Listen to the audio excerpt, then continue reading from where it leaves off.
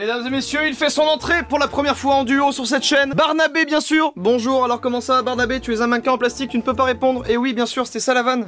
Les amis, le sujet de cette vidéo d'aujourd'hui, bah c'est pas du tout original. C'est une FAQ. Je vais répondre à vos interrogations parce que ça fait un petit moment et je me suis rendu compte qu'il y avait beaucoup de questions aussi sur la Redbox. Et c'est très intéressant parce que c'est un point qu'on aborde très peu en vidéo. Donc on vous dit souvent, ouais, il y a ça qui est nouveau, il y a ça qui vient d'arriver, on bosse sur ça et tout machin. Mais vous savez pas vraiment comment ça marche. Petit truc que j'avais oublié de vous dire, mais j'espère que la parodie vous a plu. J'ai fait une parodie sur Ramener la coupe à la maison qui est sortie la semaine dernière et je tourne cette vidéo une semaine avant qu'elle sorte. Peut-être que je suis totalement en PLS chez moi actuellement ou peut-être que je suis très content et que je fais ce sourire.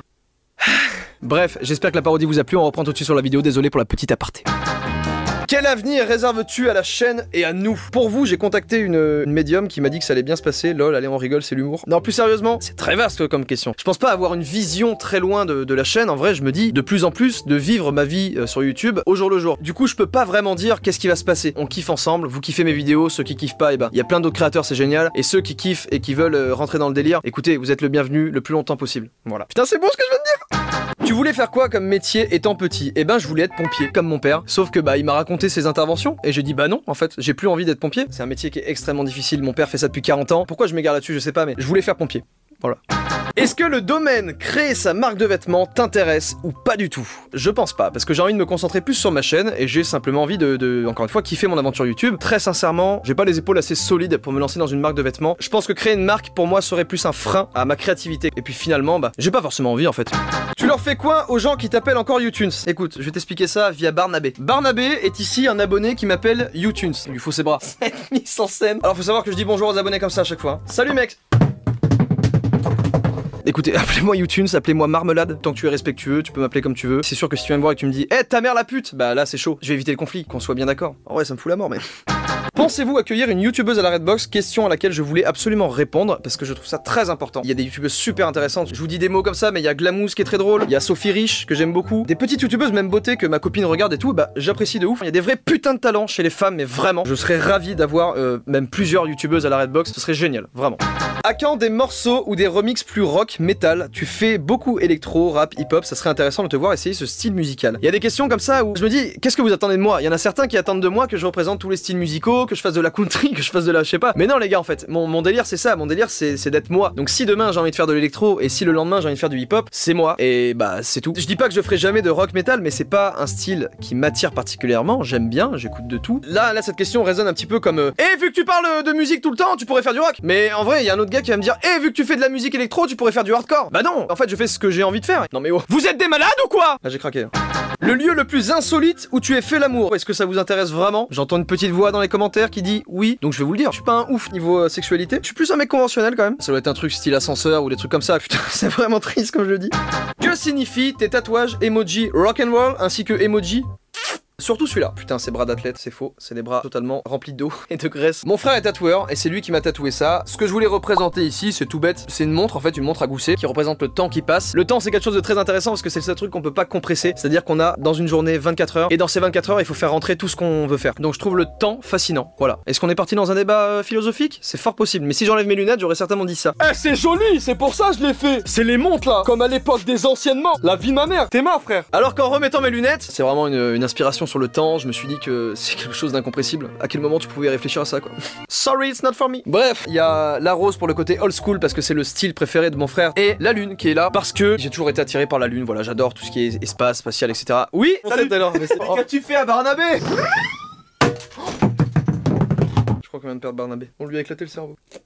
Ça reste quand même sa meilleure vie hein. Il est toujours aussi souriant gros. Tu recolles son bras? Ouais t'inquiète, tout va bien après. Du coup t'en étais où là dans les FAQ? Bon là j'en étais à que signifient les tatouages. Eh t'es accordé à mon micro vieux? Oh c'est vrai que c'est pas mal. T'as vu c'est dans les tons ce micro là avec le petit. Je l'aime trop. Eh dites-moi dans les commentaires hashtag le micro est stylé sa mère. Reste là moi. En fait il interviendra dans la question suivante hein. Alors que signifient les tatouages? Donc je finis là-dessus. Les aiguilles sont bloquées sur minuit passé. Tout simplement parce que le plus d'inspiration que j'ai c'est dans la nuit. C'est vraiment ça? Ouais c'est vraiment ça mec. Ok putain j'interviens plus désolé. Si mais ça y est là tu peux venir. Oh c'est à moi? T'arrives une des questions les plus pétées je crois. C'est vrai? C'est une question de Yas. Et Yas encore.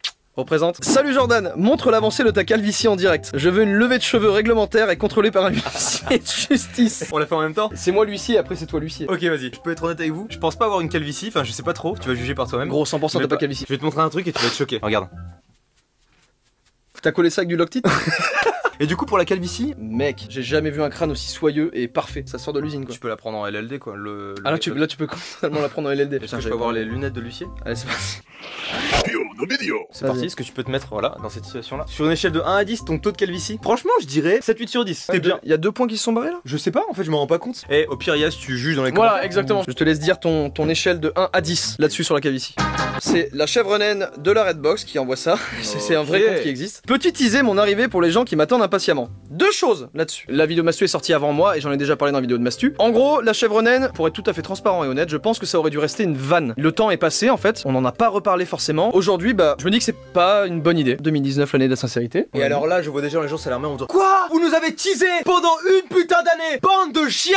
Stop, calmez-vous. Pourquoi est-ce qu'on a cette réaction? Bah parce qu'en fait, on vous l'a pas dit, mais actuellement, il y a l'enclos de la chèvre naine qui a été posé, et il est à côté de mon studio. Et moi en fait, un jour, je suis arrivé comme ça et je me suis posé dans mon studio, j'ai ouvert les volets et j'ai fait quelle est cette chose? Oui, là c'est vrai qu'on a l'enclos et la chèvre, bah du coup, en y repensant, forcément on revient sur sa décision en se disant bah non, c'est peut-être pas une bonne idée. Je pense qu'il y a beaucoup qui partagent cette opinion. Tous ceux qui sont déçus là de pas voir la chèvre. Ça. Imaginez, vous préférez une chèvre en pleine santé qui vit sa meilleure vie ou alors une chèvre qui vient à la Redbox et qui a plein de soucis? Regardez Barnabé, c'est pas un être vivant mais il vit sa meilleure vie. C'est paradoxal mais... Mais il a quand même pas de bras. Pas de bras, pas de chocolat. C'est la transition de cette question. Bon allez, moi j'y vais. Merci mon poteau.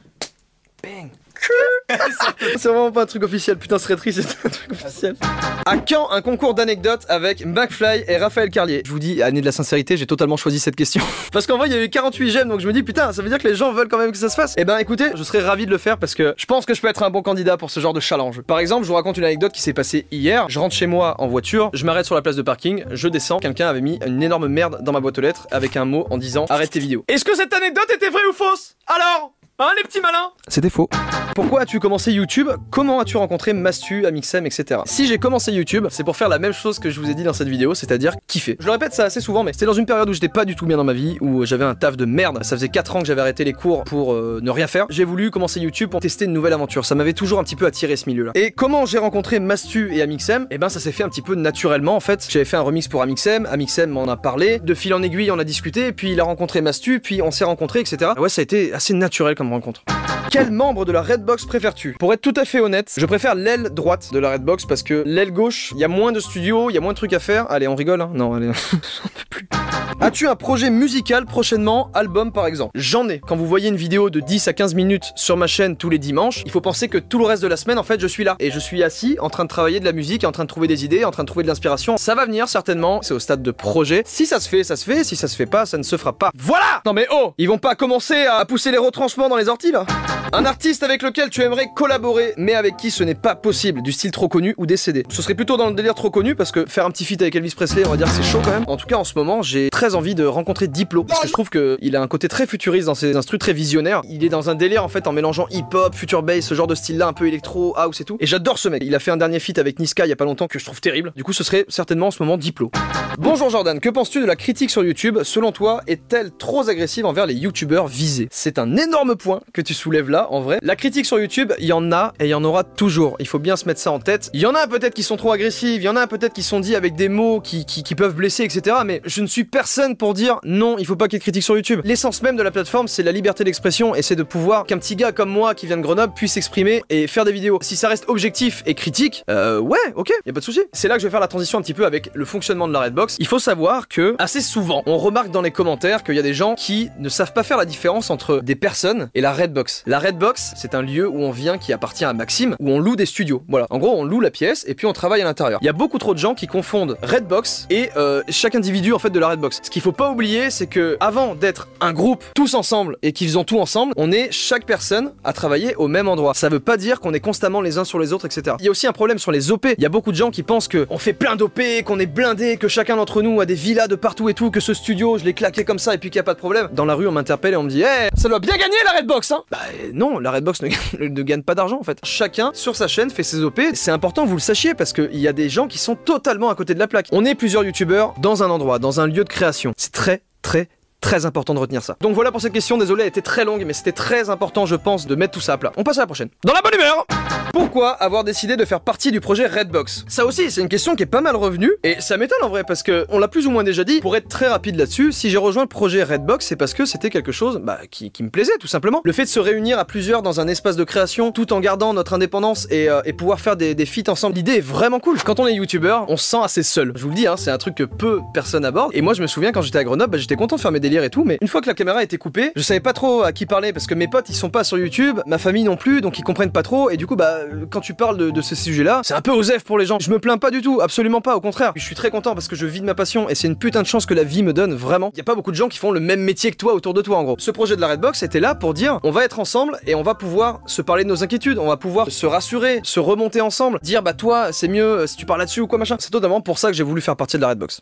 Que conseilles-tu aux nouveaux youtubeurs? Je voulais cette question aussi parce que vous le savez, ça fait depuis 2016 que j'ai ma chaîne et moi je me rends compte à quel point j'évolue dans ma pensée, dans ma façon de voir les choses. Aujourd'hui en tout cas, peut-être que c'était pas les mêmes conseils que j'aurais donné il y a 1 an ou 2 ans. Si vous voulez demain lancer une chaîne YouTube, faites ce qui vous plaît. Ne vous posez pas trop de questions et surtout, c'est cliché, c'est bateau, mais restez fucking naturel. Ouais, je donne des messages motivants, ouais. Ouais. Et alors, qu'est-ce que tu vas faire? Tu vas faire ta chaîne YouTube maintenant et tu vas te lancer dedans ou pas? Je sais pas. Autre question sur la Redbox encore, je vous dis qu'il y en avait pas mal. Qui a payé le plus pour la Redbox? Pour les studios, le matériel, etc. Ou chacun a payé son studio? C'est intéressant de voir ça parce que ça montre justement que c'est flou. Et quand j'ai vu ce genre de questions, je disais mais peut-être que nous on le sait et que du coup on le dit pas assez. Donc qui a payé le plus pour la Redbox? C'est totalement Maxime, parce que Maxime c'est lui qui a acheté cet ancien local de Speedburger. Pour les studios, prenons l'exemple de mon studio. Donc c'est une pièce de 17 mètres carrés et je loue cette pièce à Maxime, comme le fait Mastu, comme le fait Neoxy, comme le fait Vodka, pour travailler ici à la même manière que le ferait un cabinet d'avocats. On a chacun nos studios, on y fait ce qu'on veut en tout cas. Moi j'ai fait ce décor là, un studio musique. Ensuite pour tout ce qui est équipement, les caméras par exemple, c'est compris dans le loyer, c'est-à-dire que là j'ai accès à ce GH5, j'ai accès à des lights, même si très souvent j'achète mes propres produits, comme par exemple j'ai une light qui est ici qui m'a coûté 600 putains de balles, je l'ai acheté de ma poche, des compresseurs, des machins, chose que je n'arrive toujours pas à me servir, je vous le dis quand même, je suis sincérité totale. C'était un rêve de gosse que j'avais et je pense en toute sincérité être allé un petit peu trop vite et j'ai beaucoup dépensé dans ce studio alors que je maîtrise peu de choses. Voilà. Pour tout ce qui est les petits palmiers, le petit décoration et tout, c'est moi qui ai payé ça et puis voilà. On va s'en prendre une petite dernière, je sais pas. Est-ce qu'à ton avis, quelqu'un qui respire par les aisselles peut manger par les rotules? Et on conclura bien là-dessus. Si je devais manger ici et respirer là, c'est une vie de merde. Oh, tu te fais chier sa mère. Enfin, tu manges comme ça? Tu peux pas, c'est pas possible. Là où c'est intéressant, manger par le dessus du crâne pour mettre plus de bouffe et même manger sans les mains. Je suis pas un youtubeur visionnaire pour rien, moi. Hein? On conclut très bien cette vidéo. J'avais vraiment envie de vous parler de tout ça. Il y a eu beaucoup de questions sur la Redbox parce que ça revenait beaucoup. C'était intéressant d'en parler et je voulais faire une FAQ un petit peu sérieuse. Voilà. Écoutez, on dirait un médecin. Écoutez, on se revoit la semaine prochaine si ça va toujours pas. Et justement, on se revoit la semaine prochaine et ça ira, j'espère, d'ici là, bien sûr. Moi, je vous dis à très vite. Merci à tous pour votre soutien, merci à tous pour vos questions, merci à tous pour vos interrogations parce que ça prouve que vous vous intéressez au projet et c'est juste génial, ça fait plaisir et ça donne du soutien, de l'entrain et de la patate, mon gars. Donc je vous dis à très vite pour une nouvelle vidéo. Double ciao.